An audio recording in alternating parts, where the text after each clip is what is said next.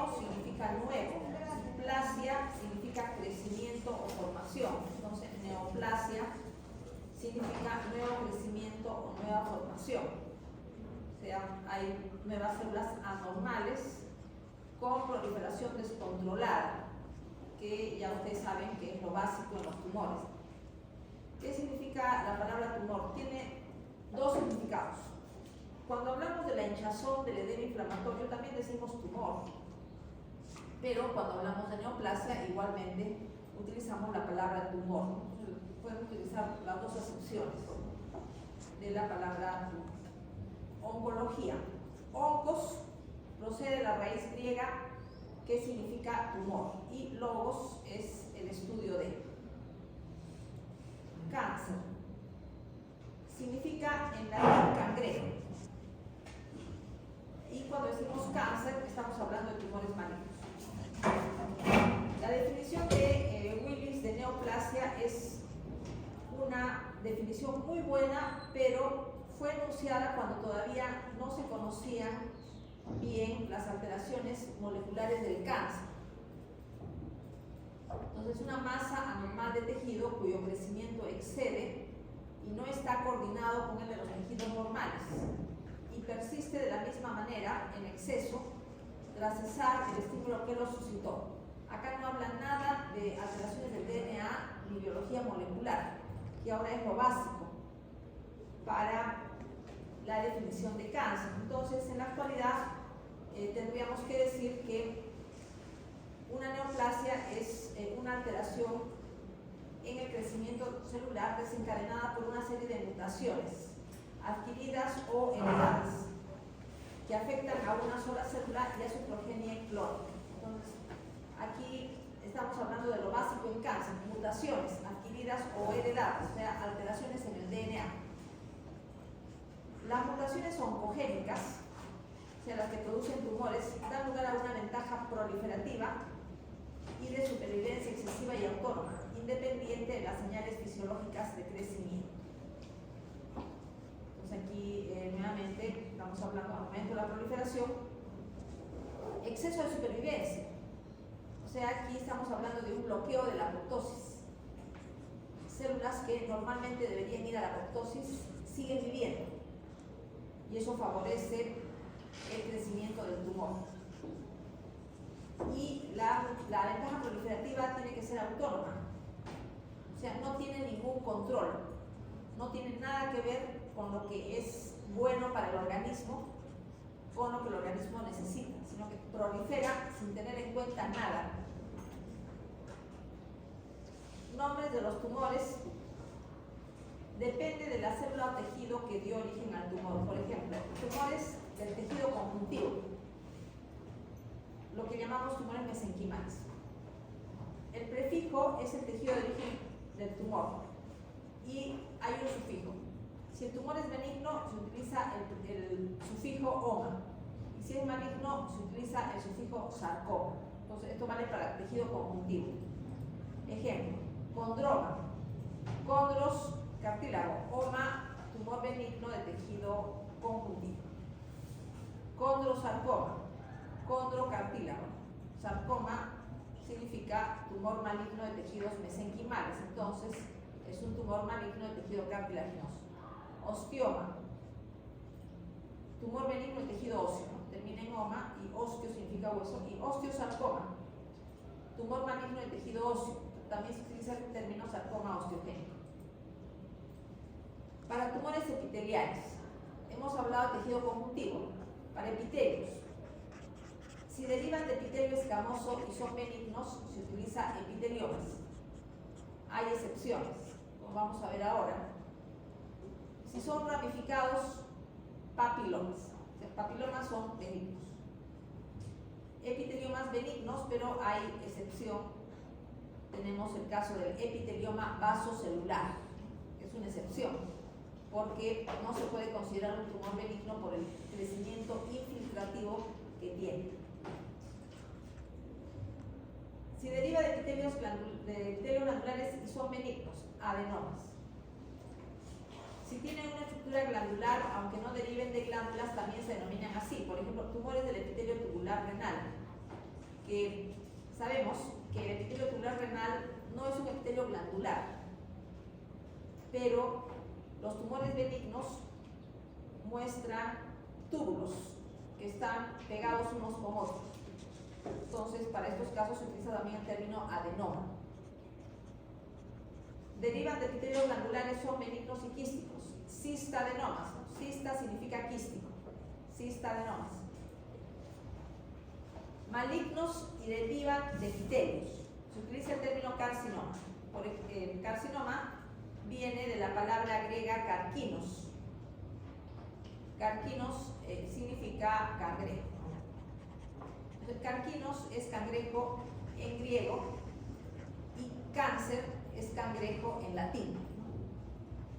¿Y por qué se hace tanto hincapié en el cangrejo? Porque las patas del cangrejo se han se semejan a el crecimiento de los cánceres, dando lugar a lengüetas de tejido tumoral que van penetrando en el tejido conjuntivo. Si derivan de epitelio perostratificados planos con o sin queratinización, se dice carcinomas epidermoides o carcinomas escamosos. Pueden ser queratinizantes o no queratinizantes. Malignos y derivan de epitelios glandulares, adenocarcinomas. Si son quísticos y malignos y derivan de epitelios glandulares, cistadenocarcinomas. Vamos a ver otros nombres digamos, relacionados con tumores. Por ejemplo, la palabra pólipo. Cualquier lesión benigna o maligna que haga protrusión sobre la superficie de una mucosa es un pólipo. Entonces, nosotros no sabemos si una lesión que protruye de la mucosa, imaginemos que esta es la mucosa del colon, y tenemos una lesión que protruye, una lesión redondeada, entonces decimos pólipo. Pero, ¿cómo sabríamos si es benigno o maligno? O de repente no es neoplasia, porque hay pólipos inflamatorios que no son neoplasias, simplemente el estudio microscópico. Lo único que queda es el estudio microscópico. Si no decimos simplemente pólipo, una lesión que protruye en una superficie.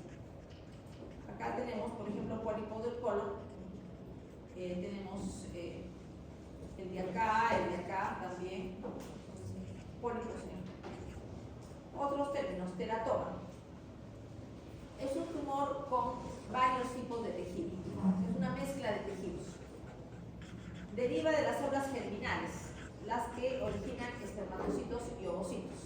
Por lo tanto, los teratomas aparecen generalmente en gonadas, o sea, testículo u ovario, salvo que haya restos de células germinales que se ubican en algunas partes del cuerpo como la línea media, ejemplo mediastino. A veces, como una normalidad embriológica, tenemos grupos de células germinales que de manera normal están en el mediastino y ahí pueden aparecer teratomas u otro tipo de tumor de células germinales. Un teratoma, la palabra terato significa monstruo, ¿no? Como ustedes saben por embriología, la palabra teratología significa el estudio de las malformaciones congénitas y teratoma significa tumor con varios tipos de tejidos. Contiene elementos de las tres capas del embrión, endodermo, mesodermo y ectodermo. Por ejemplo, derivan del ectodermo, piel y tejido nervioso. Derivan del endodermo, elementos de aparato digestivo y respiratorio. Derivan del mesodermo, cartílago, músculo y hueso. Pues todos estos tejidos están mezclados. A veces un teratoma tiene solamente derivados de una capa, ¿no? Tal es el caso de los quistes dermoides del ovario, de una sola capa. Y a veces de solamente dos capas, o sea, no necesariamente siempre tiene tejidos de las tres capas, pero por lo menos de una capa sí. Teratoma del ovario. Entonces observamos pelos, acá hay un diente deriva del ectodermo y material sebáceo. El material sebáceo procede de las glándulas sebáceas, entonces procede de la piel. Pero aquí habría solamente derivados de una capa, solo del ectodermo. Acá tenemos, por ejemplo, piel con escamas de queratina que se desprenden de la superficie de la piel, glándulas sebáceas que producen sebo, y el sebo aparece dentro del tumor, y puede haber tejido nervioso. Y sigue siendo solamente un teratoma derivado de una sola capa del embrión, que vendría a ser el ectodermo. El término amartoma significa mezcla desorganizada de tejidos normales del órgano donde se ubica. Ejemplo, amartoma del pulmón. Normalmente el amartoma del pulmón tiene masas de cartílago, masas de tejido conjuntivo y de músculo liso, que son tejidos normales del pulmón. El pulmón tiene cartílago en los bronquios, tiene tejido conjuntivo en los septos pulmonares y músculo liso en la pared de los bronquios, de los bronquiolos. Pero está organizado como tejido pulmonar. Sin embargo, si vemos cartílago en masas, tejido conjuntivo en masas, ahí ya decimos que es un amartoma. Los amartomas son tumores benignos. Se consideraban antiguamente como una malformación congénita, pero ya se sabe que son tumores. El término coristoma propiamente no corresponde a tumor, sino que tiene un efecto de bulto. Forma, por ejemplo, nódulos en algunos órganos. Nos da la impresión que fuera un tumor, pero en realidad no es tumor. Y por el nombre, como termina en oma, pensaríamos que es un tumor, ¿no? Un coristoma es un tejido normal ubicado en un lugar que no le corresponde. Está en localización ectópica, por ejemplo. Un nódulo constituido por tejido pancreático normal en la mucosa del estómago. Entonces, como es un nódulo, lo vemos como un bulto pequeño y pensaríamos que es un tumor, pero en realidad es tejido pancreático ectópico, que está inmerso en la pared del estómago, que ahí ya no vendría a ser un tumor, propiamente dicho. Tumores mixtos. Normalmente prolifera un solo tipo de tejido. Por ejemplo, en tumores epiteliales, solo prolifera epitelio.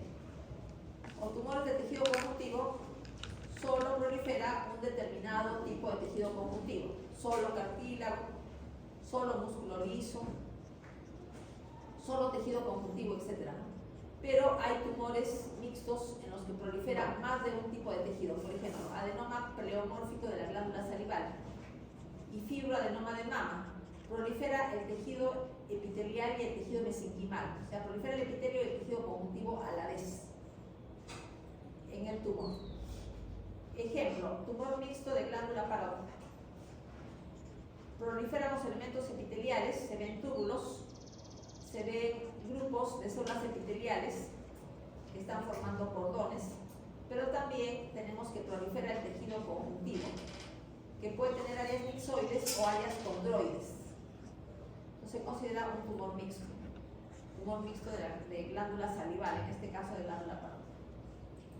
Cuando el tumor deriva de los vasos sanguíneos, hemangioma, aima significa sangre, angio, vaso, y oma es un sufijo que significa tumor benigno derivado de tejido conjuntivo.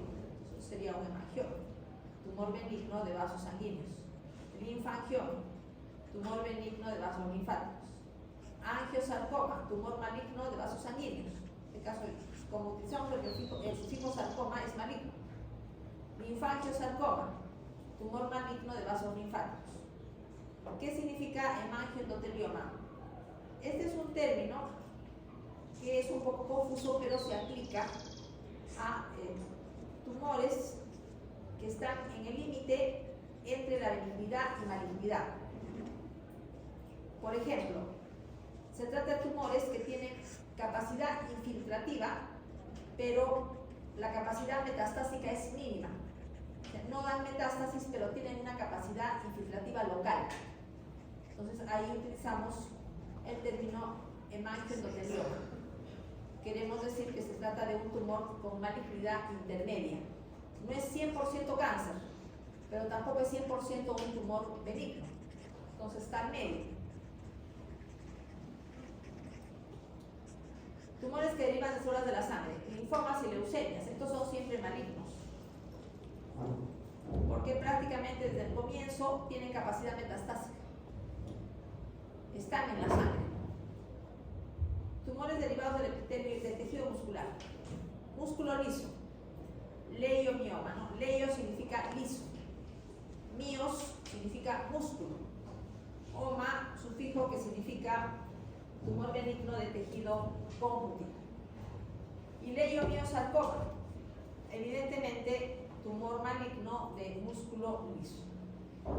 Rhabdomioma, tumor benigno de músculo estriado.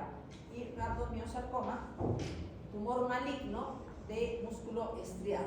Entonces es más o menos sencilla la forma como podemos llamar a los tumores. Si derivan de melanocitos y son benignos, se utiliza el término nevus. A los melanocitos benignos tumorales se les dice células névicas. Entonces, un nevus es un tumor benigno de melanocito, no lo que decimos lunar normalmente, ¿no? Porque es benigno.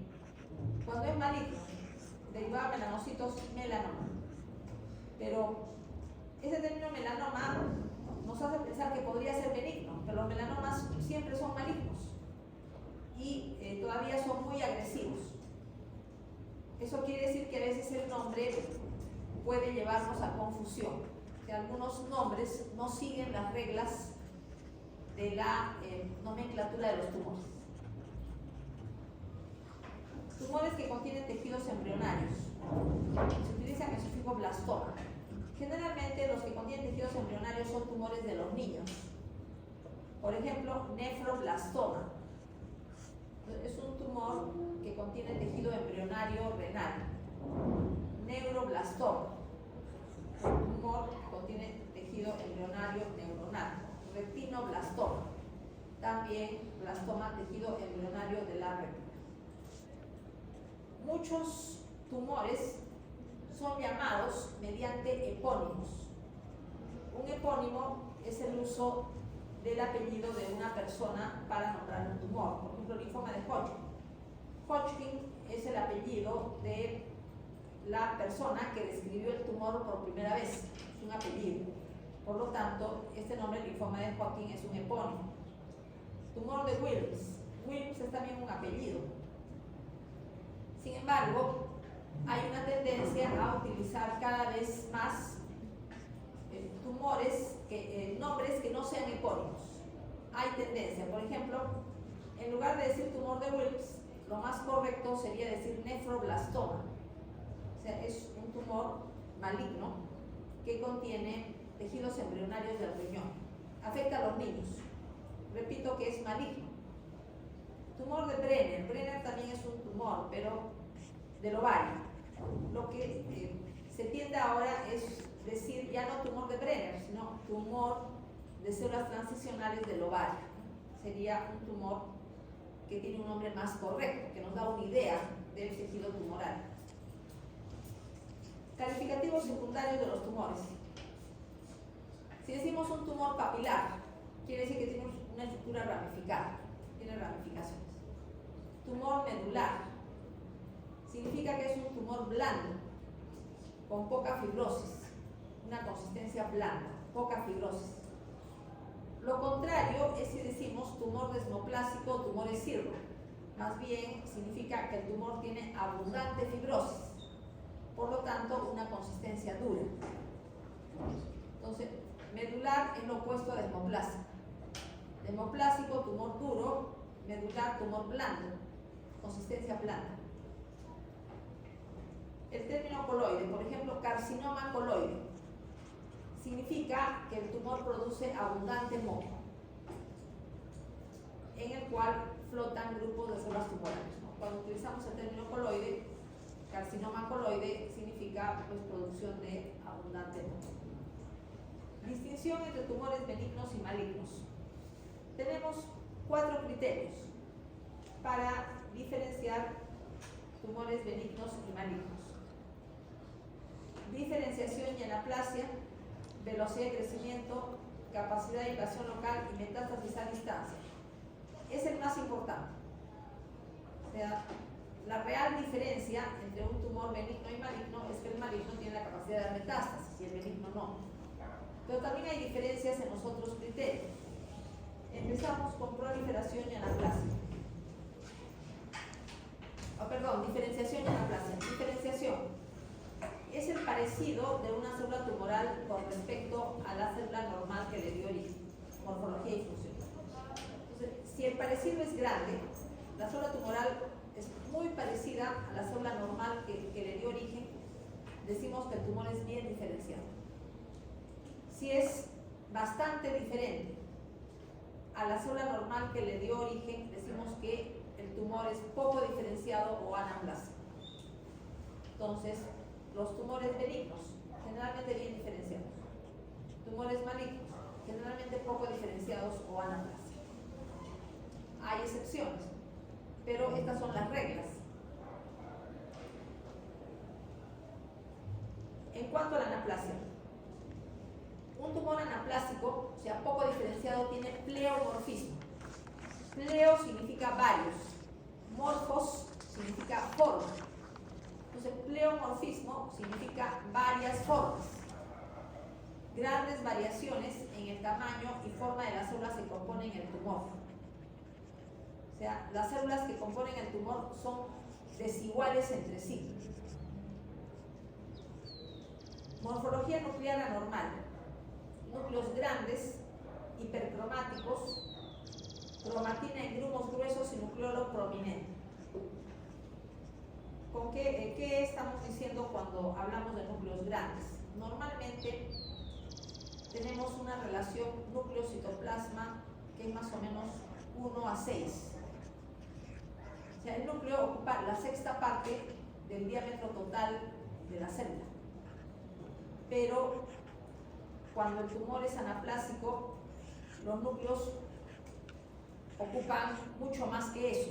Pueden ocupar, por ejemplo, la mitad de la célula o la mayor parte de la célula, quedando muy poco citoplasma. Eso significa anaplasia. ¿Qué significa el nucleolo prominente? Nucleolo prominente significa que la célula está sintetizando proteínas de una manera activa. Sin embargo, hay células que normalmente tienen un nucleolo prominente, por ejemplo las neuronas.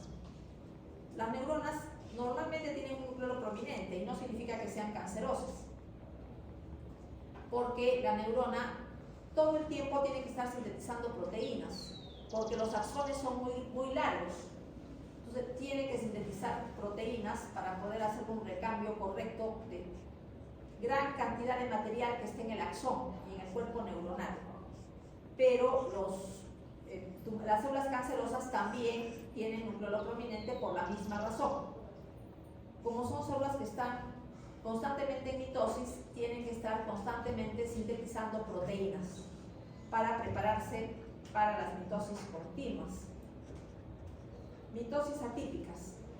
Por ejemplo, usos mitóticos tripolares. Vamos a ver algunas fotografías. Por ejemplo, leiomioma uterino. Si nosotros vemos el músculo liso de un leiomioma, es igual al músculo liso normal, prácticamente igual. Eso quiere decir que el leiomioma es un tumor bien diferenciado, porque el tumor es muy parecido al músculo liso normal. Adenoma folicular de la tiroides. Vemos folículos tiroideos con coloide. Entonces nos hace recordar a lo que es tiroides normal, se parece a la tiroides normal, pero es un tumor. Sin embargo, como es parecido, decimos que es un tumor bien diferenciado. El adenoma folicular de tiroides lo consideramos un tumor bien diferenciado, parecido a la tiroides normal. Adenocarcinoma de colon. Si comparamos la mucosa del colon con esta fotografía, son bien diferentes, ¿no? Sin embargo, de todas maneras, forma glándulas. Entonces lo consideramos que es moderadamente diferenciado. Tiene algún parecido porque forma glándulas. Vamos a ver sobre mitosis. Por ejemplo, Nosotros conocemos las fases de la mitosis normales, profase, metafase, etc. Pero podemos encontrarnos con mitosis raras. Por ejemplo, una mitosis tripolar que tiene la forma de T. No la conocemos, porque si nosotros recordamos cómo es la profase, la anafase, la telofase, en ningún momento los cromosomas se disponen formando una T. Por lo tanto, la consideramos una mitosis atípica. O tampoco hemos visto una mitosis en la cual en la metafase se vea esta forma de estrella. No es normal en la metafase, ¿no? Las células se disponen como formando una columna. Entonces la consideramos también una mitosis atípica. Y las mitosis atípicas se encuentran generalmente en tumores malignos. Forman parte de la anaplasia. Pérdida de la polaridad. La polaridad es el orden que se observa en un tejido. Por ejemplo, en epitelios de varias capas, cada capa tiene características definidas. En una neoplasia, las células de las capas inferiores son similares a las de las capas superiores y no se pueden distinguir niveles. Eso llama, la pérdida de polaridad es típica del tumor poco diferenciado o anaplasia. Vamos a ver unas fotografías sobre polaridad.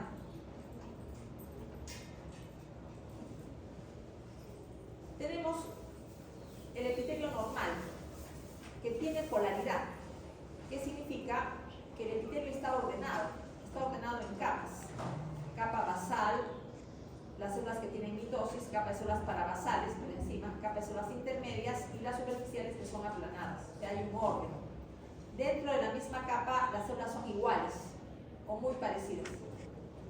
Todo eso significa polaridad. Pero cuando hay displasia y cáncer, se pierde la polaridad. Entonces empezamos a ver que, por ejemplo, en la displasia leve del cuello uterino, los núcleos empiezan a presentar hipercromasia. Se hacen más grandes, aumenta la relación núcleo-citoplasma y los núcleos adoptan una coloración más oscura. De todas maneras, hay anormalidades porque los núcleos son más grandes en relación al tamaño total de la célula, pero dentro de una misma capa hay algunas diferencias ya, hay un pleomorfismo leve. Dentro de la misma capa ya encontramos pequeñas diferencias entre las células de la misma capa. Entonces ya se ve algo de pérdida de la polaridad. De todas maneras, la pérdida de la polaridad no es total, la displasia es leve, los cambios son leves. Todavía hay algo de orden y las superiores son aplanadas.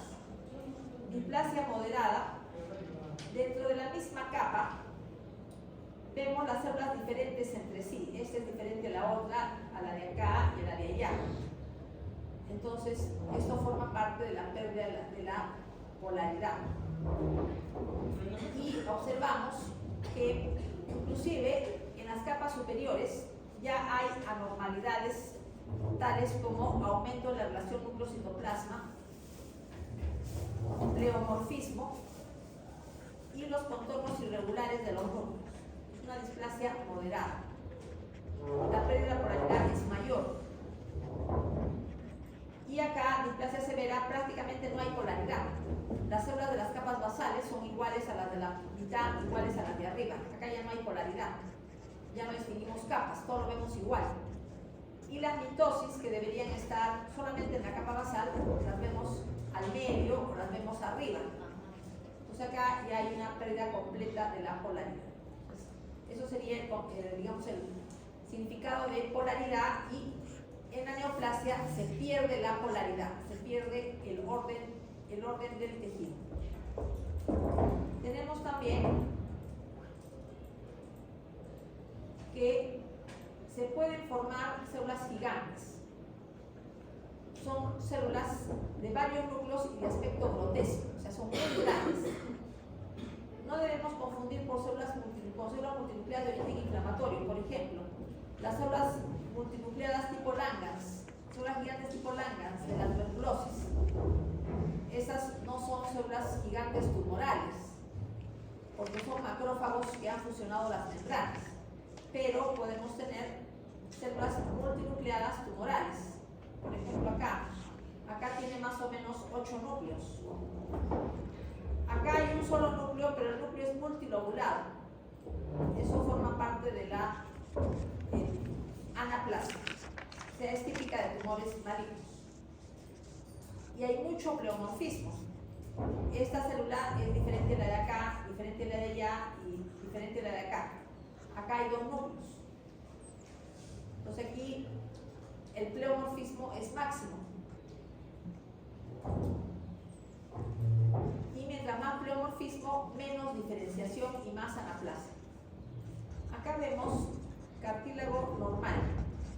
Condroma es un tumor benigno. De todas maneras, lo que se ve acá, si comparamos las dos fotos, mayor celularidad, un número mayor de células, y vemos un pleomorfismo leve. Los condrocitos ya no son parecidos entre sí, tienen pequeñas diferencias, ya hay un pleomorfismo leve. Y esto es maligno, condrosarcoma. Acá vemos un pleomorfismo todavía mayor, ¿no? El pleomorfismo es muy notorio. Este condrocito maligno es diferente al de acá y al de más allá. Entonces, el pleomorfismo es muy notorio. La cantidad de condrocitos por superficie de tejido es mucho mayor. Aquí los condrocitos están espaciados, en cambio acá están cerca unos de otros. O sea, hay un aspecto proliferativo. Acá vemos una fotografía de un carcinoma escamoso, pero produce queratina. Si produce queratina, esto significa que es parecido al tejido que le dio origen, que también produce queratina, que es un epitelio escamoso. Entonces lo consideramos bien diferenciado. El que produzca queratina indica diferenciación. Tiene función o mantiene algunas funciones del tejido que le dio origen. Significa buena diferenciación, que es lo contrario de anaplasia. Respecto a displasias, consideramos lesiones precancerosas. Es una lesión precursora. Precancerosa quiere decir que todavía no es un tumor maligno. Precancerosa. Una lesión precursora. Hay una alteración en la maduración celular, o sea, en la diferenciación celular. Las células inmaduras llegan a predominar en relación con las maduras. No siempre evoluciona cáncer. Las anomalías pueden ser leves y regresionan. Una displasia leve regresiona. Displasia leve regresiona a lo normal. Displasia moderada difícilmente regresiona a lo normal. Pero una displasia severa prácticamente nunca va a regresar a lo normal. Si es una displasia severa, o se queda como severa o evoluciona a cáncer. Pero ya severa no va a regresar a lo normal. Displasia leve sí. Lo típico es la displasia del epitelio del exocelio, que se detecta mediante Papa Nicolau. Puede ser de bajo grado o de alto grado. A alto grado, las anormalidades son mayores. Las células displásicas presentan muchas de las características microscópicas del cáncer, pero no son cancerosas en sentido estricto. No tienen autonomía de crecimiento. No son cánceres en el sentido estricto de la palabra, pero sí son precursoras. O sea, pueden convertirse con el paso de los años en cáncer. Ya hemos hablado de la displasia, por ejemplo, displasia severa. Vemos que todo se parece, ¿no? Las partes basales, las partes intermedias, las partes superiores, hay una pérdida completa de la polaridad y todas las células tienen un aspecto inmaduro, una alteración en la diferenciación. Tenemos también el concepto de carcinoma in situ. Lo podemos utilizar, por ejemplo, en la piel, lo podemos utilizar en las mucosas, ¿no? En este caso cuello uterino. Significa que la neoplasia no ha penetrado la membrana basal. La membrana basal del epitelio está intacta pero el epitelio es canceroso. No tiene solamente displasia, sino ya tiene cáncer. No atraviesa la membrana basal. Acá vemos lo mismo, pero a mayor aumento. No es el concepto de carcinoma in situ. Acá vemos un tumor muy pleomórfico, con mitosis en las partes medias del epitelio, es un cáncer, pero no atravesaba la membrana basal. Vemos acá Papa Nicolau, normal. Si consideramos el diámetro del núcleo con el diámetro total de la célula, es más o menos 1 en 6, más o menos 1 en 6. Esto es lo normal. Pero podemos comparar, por ejemplo, con el caso de la displasia leve. La displasia leve.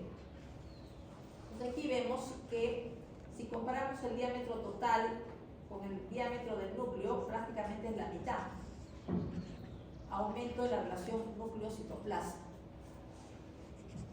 Y acá es prácticamente la tercera parte.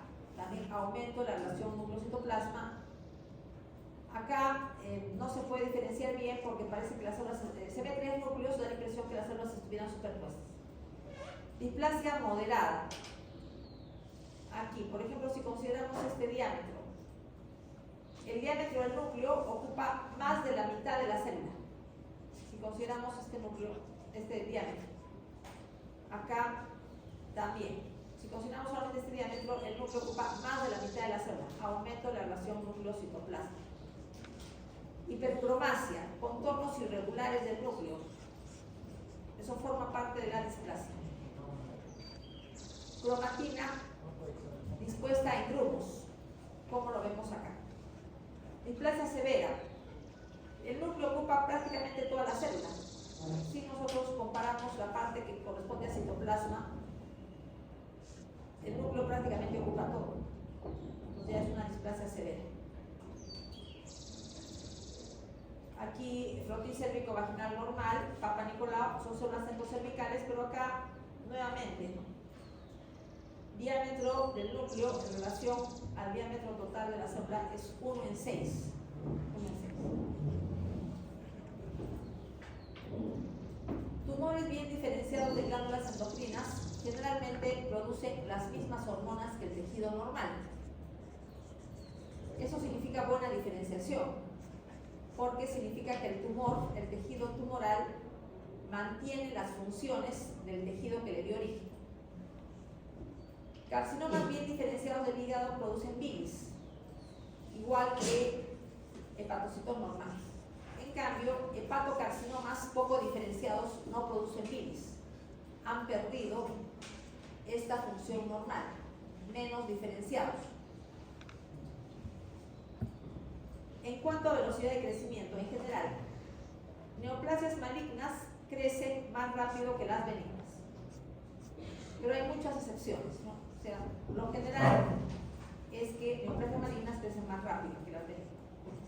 Neoplasias de tejidos hormonodependientes varían su velocidad de crecimiento de acuerdo al estado hormonal. Por ejemplo, cuando hay gran cantidad de hormonas a las que el tejido tumoral responde, el tejido crece más rápido. Si disminuye la concentración hormonal, una neoplasia que depende de dicha hormona crecerá más lento. Por ejemplo, leiomiomas. ¿Por qué crecen más rápidamente durante el embarazo? Porque en el embarazo tenemos niveles elevados de estrógenos. Y esto es normal en el embarazo. El músculo lisouterino responde a hormonas estrogénicas. ¿Y qué pasa en la menopausia? Más bien, las mujeres tienen niveles disminuidos de estrógenos, porque ya no ovulan. Por lo tanto, en la menopausia los leiomiomas tienden a achicarse. Capacidad de invasión local. Los tumores benignos tienen un crecimiento expansivo, o sea, crecen apretando el tejido que les rodea, lo que da lugar a la formación de una cápsula. sea, al apretar el tejido que les rodea, causan fibrosis por hipoxia. O sea, aprietan el tejido que les rodea y el tejido que les rodea sufre hipoxia. Se van apretando los vasos. Y frente a la hipoxia, el tejido responde con fibrosis. Y esta fibrosis viene a ser la cápsula del tumor benigno. Hay una excepción. Los hemangiomas son tumores benignos de vasos sanguíneos, pero son tumores básicamente no encapsulados. Es una excepción. Los tumores malignos tienen un crecimiento infiltrativo. Penetran en el tejido que les rodea por medio de lengüetas. O sea, no tienen un crecimiento apretando el tejido que les rodea, sino mediante lengüetas penetran el tejido conjuntivo que les rodea. Caso del carcinoma vascular de la piel.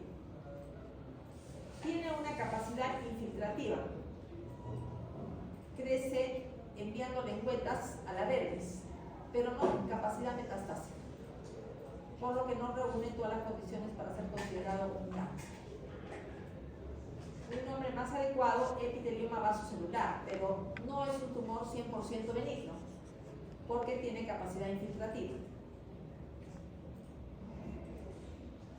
Fibroadenoma de mama es un tumor benigno bien delimitado. Esto es tejido mamario, la parte blanca es tejido mamario, pero el tumor es bien delimitado, se le ve de contornos circulares.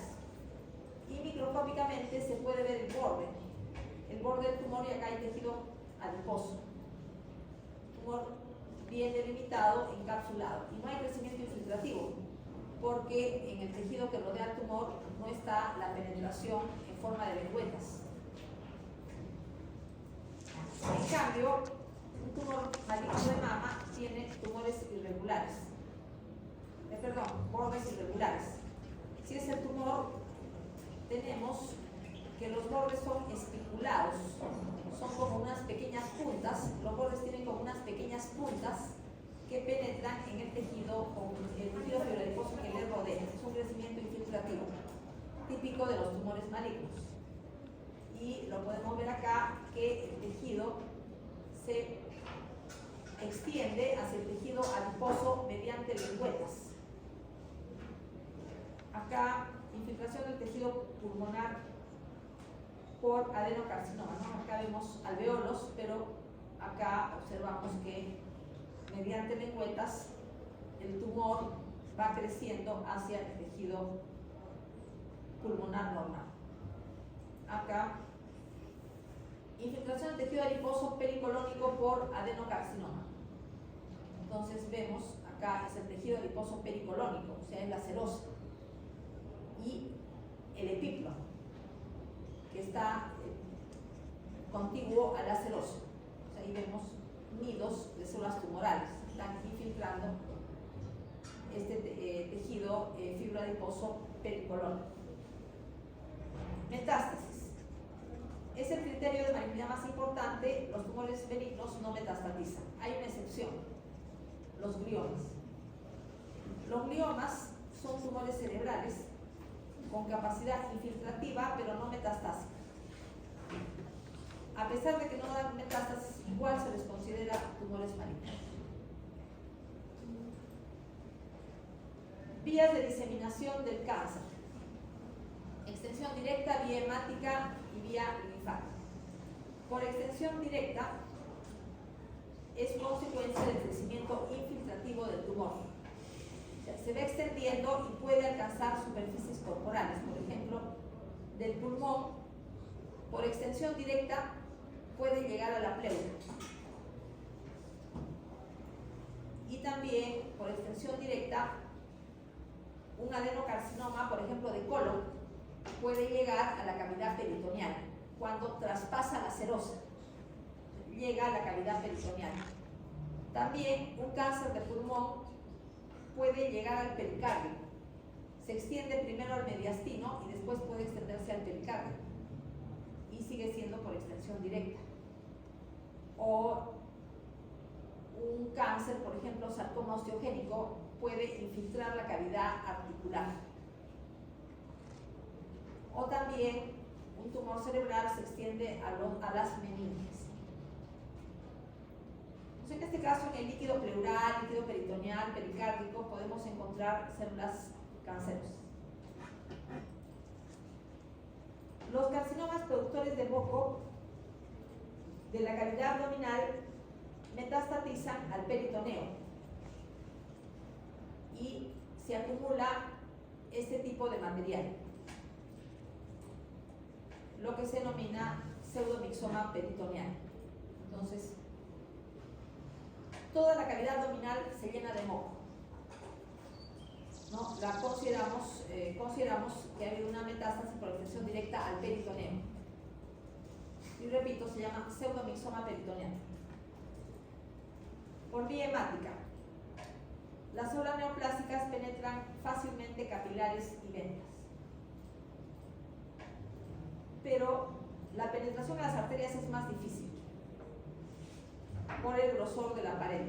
Entonces, penetración en los vasos fácil en capilares y venas, y aquí se origina la metástasis. Tumores intraabdominales con frecuencia metastatizan al hígado por medio de sangre que le llega por la vena porta. Como es por medio de sangre, decimos que es una metástasis por vía hemática. Por ejemplo, un cáncer de colon metastatiza al hígado por vía hemática. Ahora, metástasis al pulmón por vía hemática. Por ejemplo, el tumor llega por medio de las venas cavas, que drenan sangre venosa en todo el organismo. De las venas cavas pueden pasar la aurícula derecha y arterias pulmonares. Entonces, se atascan en la microcirculación pulmonar. Entonces sería una metástasis por vía hemática. Por vía linfática, generalmente en la diseminación de carcinomas. Los carcinomas se diseminan generalmente por vía linfática. En cambio, los sarcomas tienden a diseminarse por la vía hemática, pero son las reglas. Hay excepciones. Los hepatocarcinomas y los adenocarcinomas renales se diseminan por vía hemática. Hay excepciones. Solo los linfáticos más grandes tienen membrana basal. Los capilares linfáticos no la poseen, lo que facilita la penetración de las células tumorales. Entonces, es fácil que las células neoplásicas penetren en los capilares linfáticos. Por vía linfática, los tumores llegan a ganglios linfáticos de drenaje del órgano en que se aloja el tumor. Ejemplo: tumor maligno del cuadrante externo de la mama, de un cuadrante externo de la mama. ¿Hacia dónde metastatiza? Hacia ganglios de la axila. Y los tumores de los cuadrantes internos de la mama metastatizan a ganglios de la cadena mamaria interna. Ganglio centinela. ¿Qué significa ganglio centinela? Se utiliza para decidir el tratamiento en casos de cáncer de mama y melanomas. Generalmente, es para lo que más se usa. Tiene por finalidad evitar extirpar todos los ganglios de drenaje de una determinada neoplasia. Ejemplo: se inyecta colorante o sustancia radioactiva en el tumor, digamos cáncer de mama.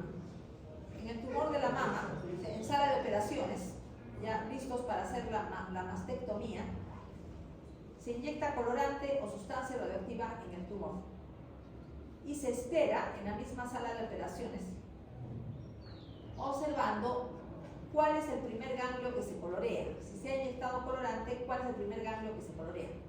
El primer ganglio que se colorea se le dice ganglio centinela.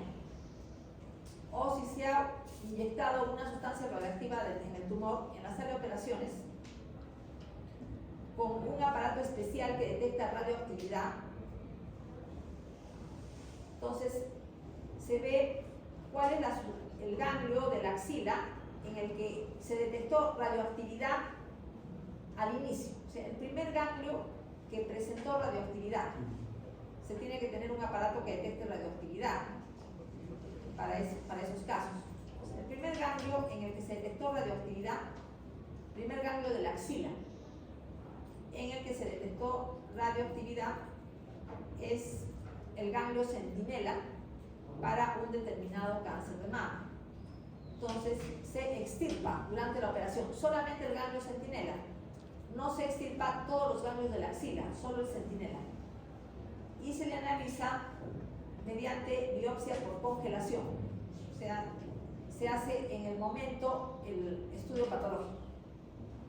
Se puede informar como negativo. El ganglio centinela puede ser negativo para neoplasia, entonces ya no se realizan más extirpaciones ganglionares.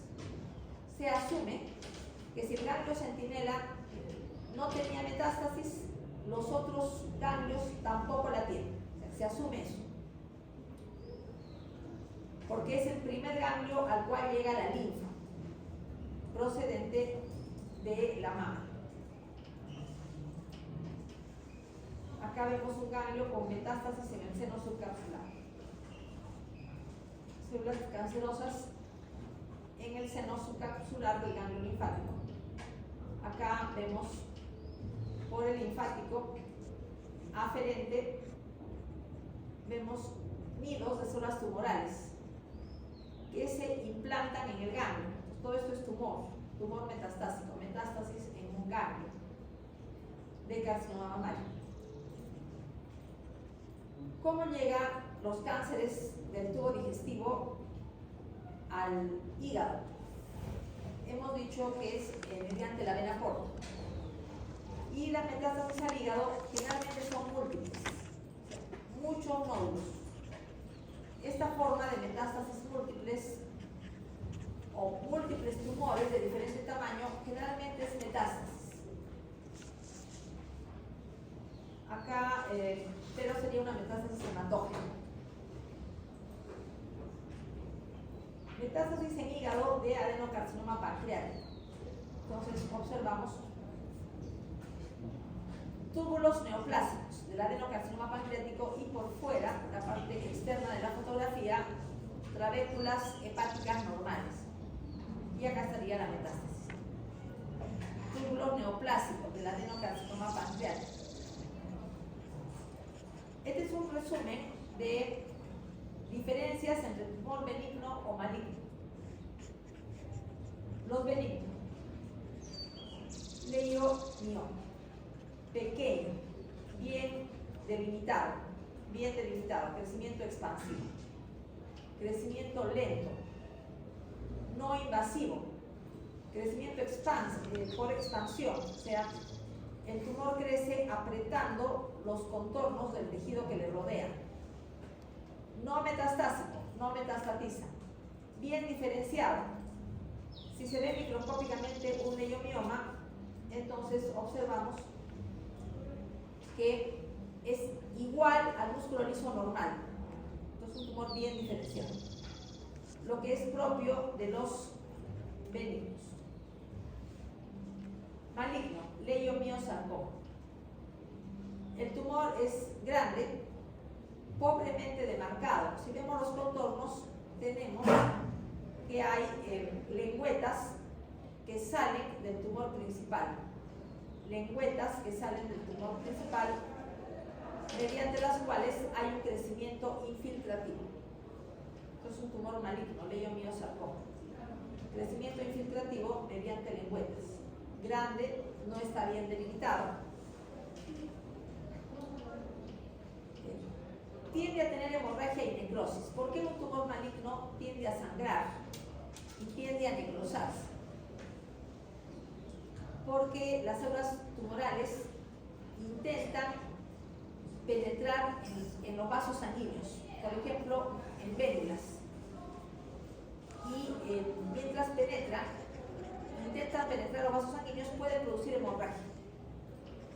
Además, generalmente el tumor crece más rápido que el tejido conjuntivo en el que se implanta.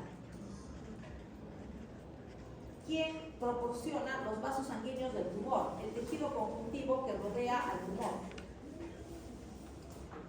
Pero el tumor crece mucho más rápido que los vasos del tejido conjuntivo. quiere decir que en algún momento el tumor va a presentar deficiencia de oxígeno y de nutrientes. Por eso los tumores malignos tienden a ser necróticos. Entonces, repito, los vasos sanguíneos que alimentan el tumor, que le brindan oxígeno y nutrientes, no crecen tan rápido como el mismo tumor. Por eso hay una tendencia a necrosis en el tumor maligno. Zonas a donde no llega oxígeno, a donde no llegan nutrientes. Y por último, la presencia de metástasis localmente invasivo y pobremente diferenciado microscópicamente. Vemos que las células son diferentes a las células del músculo liso normal y hay pleomorfismo. Malignidad biológica de un tumor benigno. Algunos tumores benignos pueden producir la muerte y algunos tumores malignos crecen tan lento que dan tiempo para un tratamiento quirúrgico efectivo. O sea, tumor maligno no significa necesariamente muerte y tampoco tumor benigno significa automáticamente inocuidad. O sea, los tumores benignos no necesariamente son inocuos. Pueden tener una conducta biológica agresiva. Por ejemplo, el ependimoma, que es un tumor benigno, pero produce hipertensión endocraniana, lo cual puede conducir a la muerte. Puede bloquear el flujo de líquido cefalorraquídeo. Entonces, a pesar de ser benigno, puede causar la muerte. Y lo contrario, un tumor maligno puede ser diagnosticado tempranamente y resecado quirúrgicamente. Entonces podría curarse si se reseca por completo antes de que hayan habido metástasis. Entonces, aunque sea maligno, podría llegar a curarse. Mixoma de aurícula izquierda es benigno, pero a veces puede dar obstrucción de la válvula auriculoventricular. ¿Qué va a pasar? Va a haber un shock cardiogénico obstructivo cuando un mixoma de aurícula izquierda obstruye la válvula auriculoventricular. Shock cardiogénico de tipo obstructivo. Un insulinoma, tumor benigno, puede causar la muerte produciendo hipoglicemias severas, sobre todo si los pacientes son de la tercera edad. Ahí las hipoglicemias son más peligrosas. En cuanto a epidemiología del cáncer, ya ustedes saben lo que es la epidemiología, ¿no? Lo que estudia la epidemiología. La frecuencia de cáncer en diferentes poblaciones, considerando sus características. La epidemiología del cáncer contribuye a identificar algunas de las causas del cáncer. Por ejemplo, se estudia la aparición de cánceres en diferentes poblaciones. Se compara en cuanto a ubicación geográfica, factores ambientales o genéticos. Entonces, nos puede permitir reducir esos estudios epidemiológicos algunos aspectos del cáncer. Vamos a pasar por alto lo que corresponde a análisis de datos epidemiológicos y vamos a ver en el 2023 en Estados Unidos cuáles son los 3 tumores más frecuentes del varón. Próstata, primer lugar; segundo lugar, pulmón y bronquios; tercer lugar, colon y recto. Varones. Mujeres, primer lugar, cáncer de mama; segundo lugar, pulmones y bronquios; y tercer lugar, colon y recto. Esos son los 3 tumores más frecuentes en el 2023 en Estados Unidos. En cuanto a mortalidad, en primer lugar estaba el cáncer de próstata, en segundo lugar cáncer de pulmón, tercer lugar colon y recto. Pero ¿cuál es el que tiene la mayor mortalidad? No es la próstata, sino pulmón y bronquios. Es el que tiene la mayor mortalidad. En segundo lugar, próstata, mortalidad mucho menor y mucho menor porcentaje de mortalidad en colon y recto. en mujeres, primer lugar, cáncer de mama. Segundo lugar, pulmón y bronquio. Tercer lugar, colon y recto. Pero en mortalidad tenemos que en primer lugar está el pulmón. O sea, mayor mortalidad que el cáncer de mama. Aunque el cáncer de mama sea más frecuente, porque el cáncer de mama tiene métodos de diagnóstico temprano que permiten la extirpación de cánceres cuando están todavía en tamaño pequeño. Por eso la mortalidad es baja, aunque la incidencia sea la más alta. En cambio, cáncer de pulmón es muy difícil de curar, el tratamiento es muy difícil, por eso la mortalidad es alta. En tercer lugar, colon y recto. El tratamiento es más fácil, de los tres es el tratamiento más fácil. Vemos acá cánceres más comunes en varones, por ejemplo, verde es próstata. Entonces, en todo el continente americano, parte del África, Australia, Europa, primer lugar en varones, cáncer de próstata, pero hay excepciones. Por ejemplo, tenemos en el África algunas zonas que tienen, y también en Asia, zonas donde predomina, se ven anaranjado, predomina el cáncer del hígado, primer lugar. Generalmente es por la presencia de infección crónica por virus de hepatitis B o virus de hepatitis C, que es alta en estas zonas. Entonces, eso predispone a hepatocarcinoma. Pues tenemos en azul pulmón. Entonces, en algunos sitios, en primer lugar, no está próstata. Por ejemplo, en el Asia, no está próstata, sino en primer lugar está el pulmón. Incidencia de cáncer de mama en mujeres según país. Lo más oscuro, azul oscuro, mayor incidencia de cáncer de mama. Estados Unidos, Canadá, Argentina, Europa y parte de los países nórdicos y Australia. El Perú, por ejemplo, está en una situación intermedia, ¿no? Tenemos que hay una incidencia intermedia, ni muy alta ni muy baja. Y acá tenemos algunas áreas, menos de 30 casos por 100.000 habitantes, por ejemplo, en algunas partes del África, en la península arábiga, ¿no? También en la India. Son algunos países, por ejemplo Bolivia, en América Latina, Bolivia, incidencia más baja de cáncer de mama. ¿Por qué ha disminuido el cáncer de cuello uterino a lo largo de las décadas? Porque hay un tratamiento temprano y efectivo de las lesiones precancerosas. Se detectan con el Papa Nicolau y la colonoscopía. Se detectan lesiones muy tempranas que se extirpan rápido. Entonces no hay la posibilidad de que continúe el cáncer. ¿Por qué aumenta el cáncer de pulmón en las mujeres? Porque las mujeres empiezan a fumar más.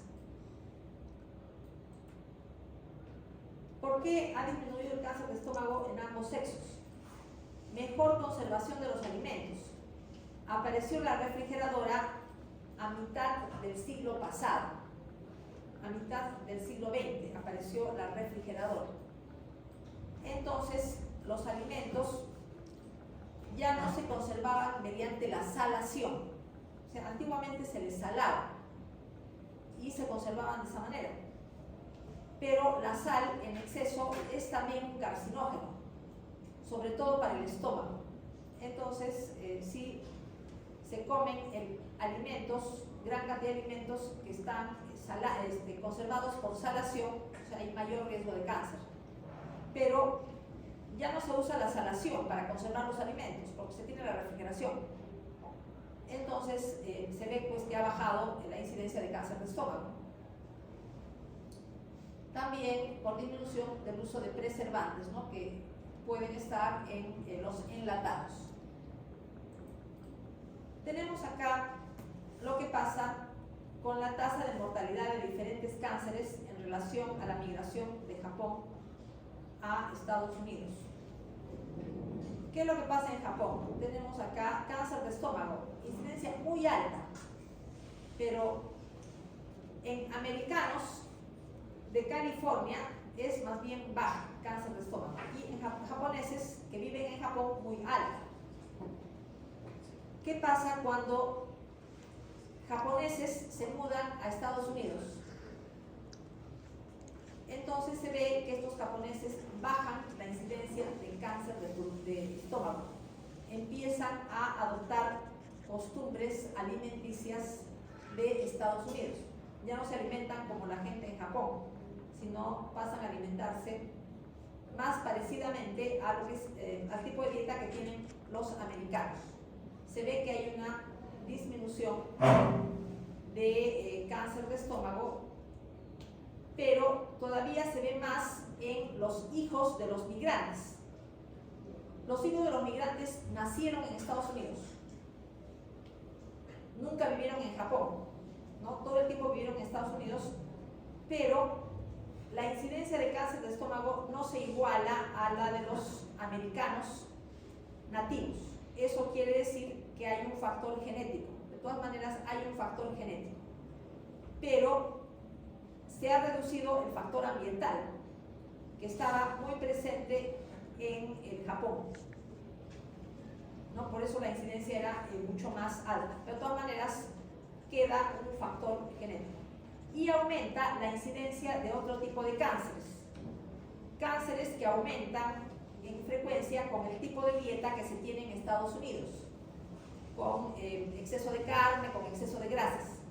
Aumenta, por ejemplo, la incidencia de cáncer de colon, aumenta la incidencia de cáncer de próstata, ¿no? En relación a japoneses. Eso implica la presencia de dos tipos de factores ambientales y factores genéticos, que influyen en el desarrollo de los cánceres. Por ejemplo, factores ambientales: cáncer de piel, radiación ultravioleta de fuentes naturales, o sea, la radiación solar, y la exposición a arsénico. Cáncer de pulmón y mesoteliomas, exposición ocupacional a asbestos. A los asbestos también se les llama amiantos. Angiosarcoma hepático, exposición laboral a cloruro de vinilo, por ejemplo, se utiliza en las industrias que fabrican plásticos, y los trabajadores de esas industrias están expuestos a cloruro de vinilo y terminan con angiosarcoma hepático. Cáncer de cuello uterino y cáncer de cabeza y cuello, papiloma virus humano. Es un factor ambiental porque es un virus que se transmite por vía sexual, por lo menos por contacto. Cáncer de orofaringe, laringe, esófago e hígado, asociado al uso de alcohol. Leucemias, exposición al benceno, por ejemplo, en trabajadores de refinerías de petróleo. En cuanto a edad, el cáncer es una enfermedad de adultos mayores. ¿Qué pasa conforme las personas envejecemos?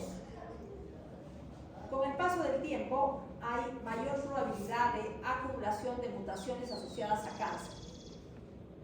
Y además, conforme nos hacemos mayores, disminuye la competencia de nuestro sistema inmunológico. Nuestro sistema inmunológico es menos eficiente y nos protege menos del cáncer. Por eso, mucho más frecuente cáncer en adultos mayores. Ejemplo, incidencia del cáncer de próstata. Aumenta 30 veces entre los 50 y los 85 años. Antes de los 50 años, prácticamente no se ve cáncer de próstata. Eso no significa que los niños no tengan cáncer. El que el cáncer sea una enfermedad de personas mayores no significa que los niños no lo tengan. Tumores típicos de niños: leucemia linfoblástica aguda, nefroblastoma, tumores embrionarios, neuroblastoma, retinoblastoma, randomiosarcoma embrionario. Todos estos afectan a los niños. Tumores con curva de incidencia bimodal, un pico en la infancia y otro pico en la adultez. Se ve en cáncer de testículo y sarcoma osteogénico. O sea, niños y después adultos mayores, ¿no? Una incidencia una curva bipodal.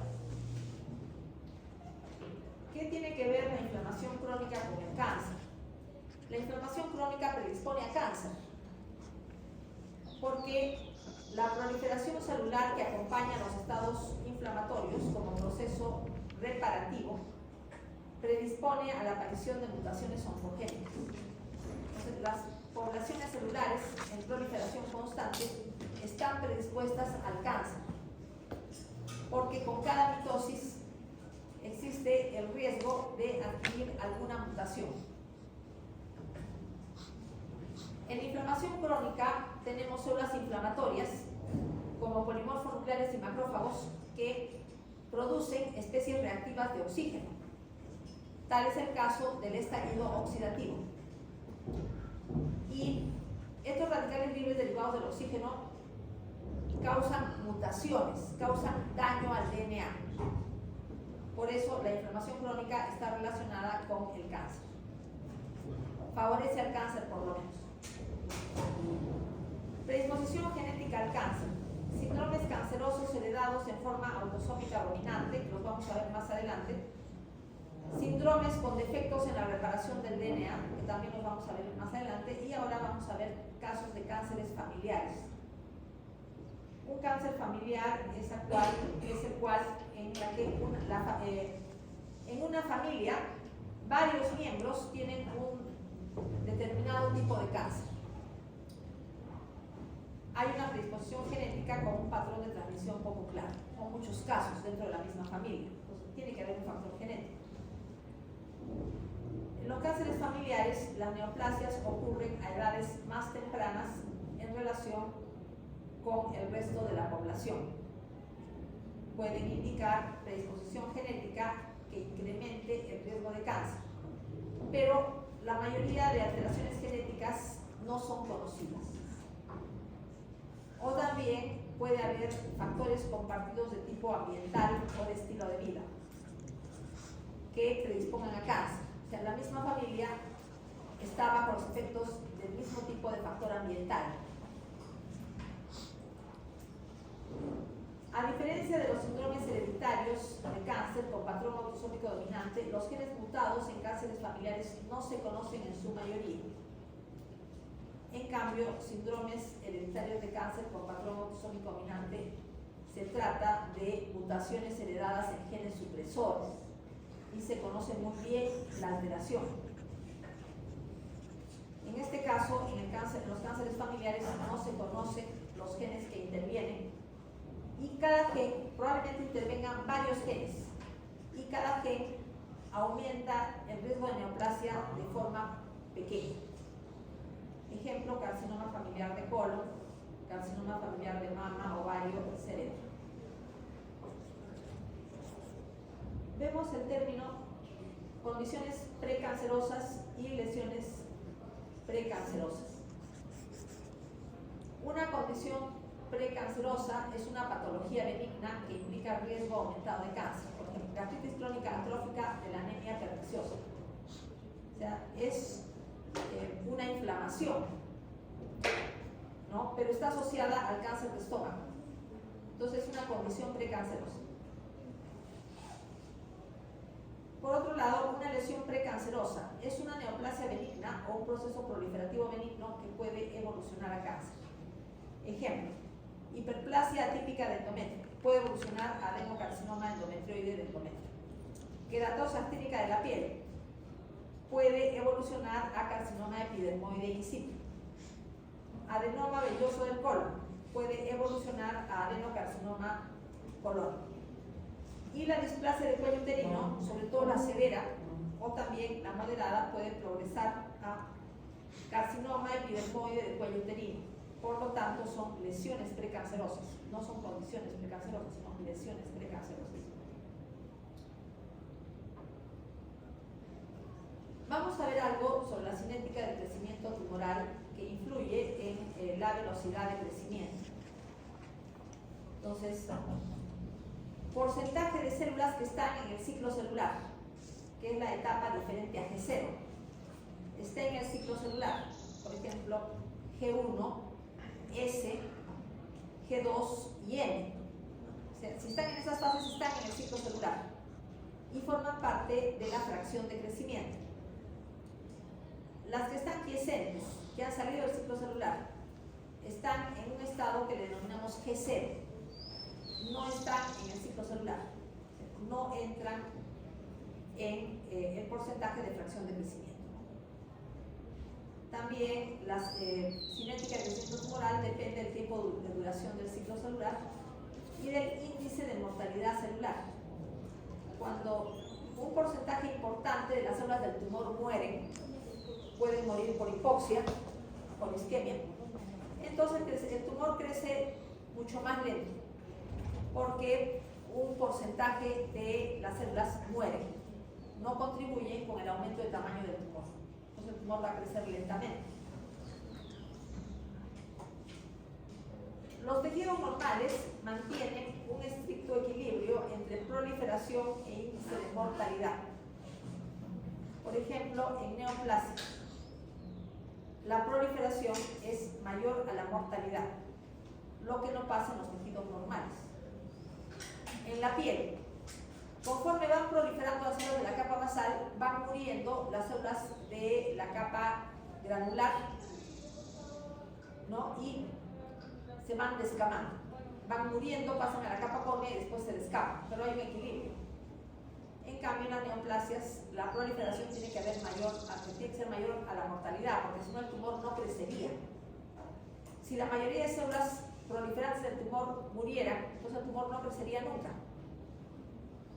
Las células tumorales mueren por apoptosis o falta de oxígeno y nutrientes, sea por necrosis o apoptosis, cualquiera de los dos casos. A medida que el tumor adquiere mayor tamaño, su fracción de crecimiento disminuye. A mayor fracción de crecimiento, la susceptibilidad a fármacos antineoplásicos aumenta. Estos fármacos antineoplásicos, para que sean efectivos, requieren que la célula esté en el ciclo celular. Si sale del ciclo celular, entonces es menos sensible al efecto de los fármacos antineoplásicos. Aquí tenemos algo sobre la fracción de crecimiento. La fracción de crecimiento es el porcentaje de células que están en el ciclo celular. Pero las células tumorales, de estar en el ciclo celular, pueden pasar a G0, o sea, se vuelven quiescentes y salen del pool proliferativo.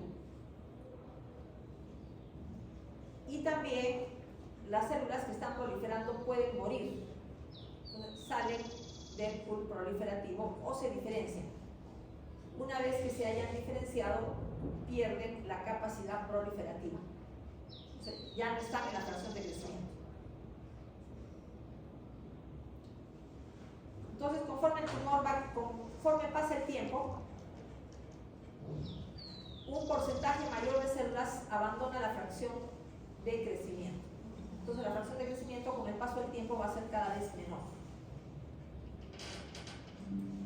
Tenemos acá la cinética del crecimiento tumoral.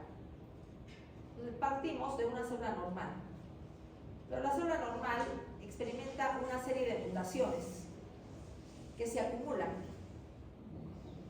y hacen que la célula obtenga una ventaja proliferativa y se convierte en una célula neoplásica. Este proceso de paso de lo normal a célula neoplásica involucra varias mutaciones y se llama transformación. De normal a tumoral, transformación. Ahora, una vez que la célula ha adquirido las características de cáncer, empieza a proliferar. Una célula entra en mitosis, quedan 2 células, 4 células, pues 16 células y así sucesivamente. Pues conforme pasa el tiempo, se produce mitosis y el tumor va aumentando de tamaño. Cuando han transcurrido 30 rondas de mitosis, asumiendo que ninguna célula haya salido del ciclo celular y ninguna célula se haya muerto, el tumor llega a pesar 1 gramo y tiene 10 a la 9 células, con 30 duplicaciones. Pero 1 gramo es un tamaño muy pequeñito de tumor, es un tumor chiquitito. Y es el mínimo volumen del tumor que se puede detectar por examen clínico. Pero para que la célula pase de 1 gramo, mejor dicho, para que el tumor pase de 1 gramo a 1 kilo, 1 kilo es la máxima masa de tumor compatible con la vida. Para que pase de 1 gramo a 1 kilo, tiene que haber habido solamente 10 rondas de mitosis más adicionales. O sea, con 30 rondas de mitosis llega a 1 gramo, pero con 10 rondas de mitosis adicionales llega a 1 kilo, que es el máximo tamaño de tumor compatible con la vida. Y generalmente en estos casos ha habido micrometástasis o metástasis evidentes. Eso quiere decir que cuando el tumor se detecta clínicamente, ya ha transcurrido la mayor parte de su vida total, ¿no? Porque solamente son 10 rondas de mitosis adicionales, pero cuando llegó al tumor había ocurrido ya 30 rondas de mitosis. O sea, la mayor parte de su periodo reproductivo ya transcurrió cuando se le detectó, aunque se le haya detectado con un tamaño muy pequeño. Y el que sea tamaño muy pequeño no significa que no va a haber micrometástasis. O sea, puede ser tamaño muy pequeño y ya haber dado micrometástasis. Ahora, ¿qué significa la progresión tumoral? Nosotros tenemos de una célula normal, salen 2, luego salen 4, 8, 16, etc. Y vemos que al comienzo las células son iguales entre sí, genéticamente. Tienen el mismo tipo de alteraciones genéticas, solamente al comienzo. Conforme va pasando las rondas de mitosis, el tumor se vuelve heterogéneo y después de muchas rondas de mitosis, el tumor tiene varias clonas, o sea, varios grupos de células diferentes genéticamente. El tumor viene a ser muy heterogéneo, que eso es lo normal en los cánceres, que sean heterogéneos, que los tumorales sean heterogéneos. Este hecho, que significa que con el paso del tiempo el tumor progrese, o sea, la progresión tumoral, implica que van apareciendo clonas cada vez con mayor agresividad biológica. Por ejemplo, las primeras células, después de la mitosis de la célula transformada, podrían no tener la capacidad de penetrar vasos sanguíneos o podrían no tener la capacidad de penetrar la membrana basal de un epitelio. Entonces tenemos casos de carcinoma in situ o casos en los cuales hay infiltración pero no hay metástasis. Sin embargo, con el paso del tiempo van apareciendo células tumorales que tienen todas las capacidades para seguir proliferando localmente, para invadir vasos, para dar metástasis y para asentarse en el tejido metastásico. Este hecho que con el paso del tiempo la heterogeneidad del tumor dé paso a grupos de células con mayor agresividad biológica se llama progresión tumoral. Con el paso del tiempo el tumor es cada vez más agresivo biológicamente. Y al final tenemos que las células tumorales adquieren todas las capacidades para poder tener un crecimiento invasivo y metastatizar, o sea, adquieren el fenotipo maligno completo, o sea, evaden el sistema inmunológico, tienen una capacidad infiltrativa local, penetran vasos con lo que pueden dar metástasis y se hacen independientes de factores de crecimiento. Esto significa que ha aumentado la malignidad biológica del tumor y se denomina progresión tumoral. Nos vamos a quedar acá, vamos a continuar el día viernes con neoplasias.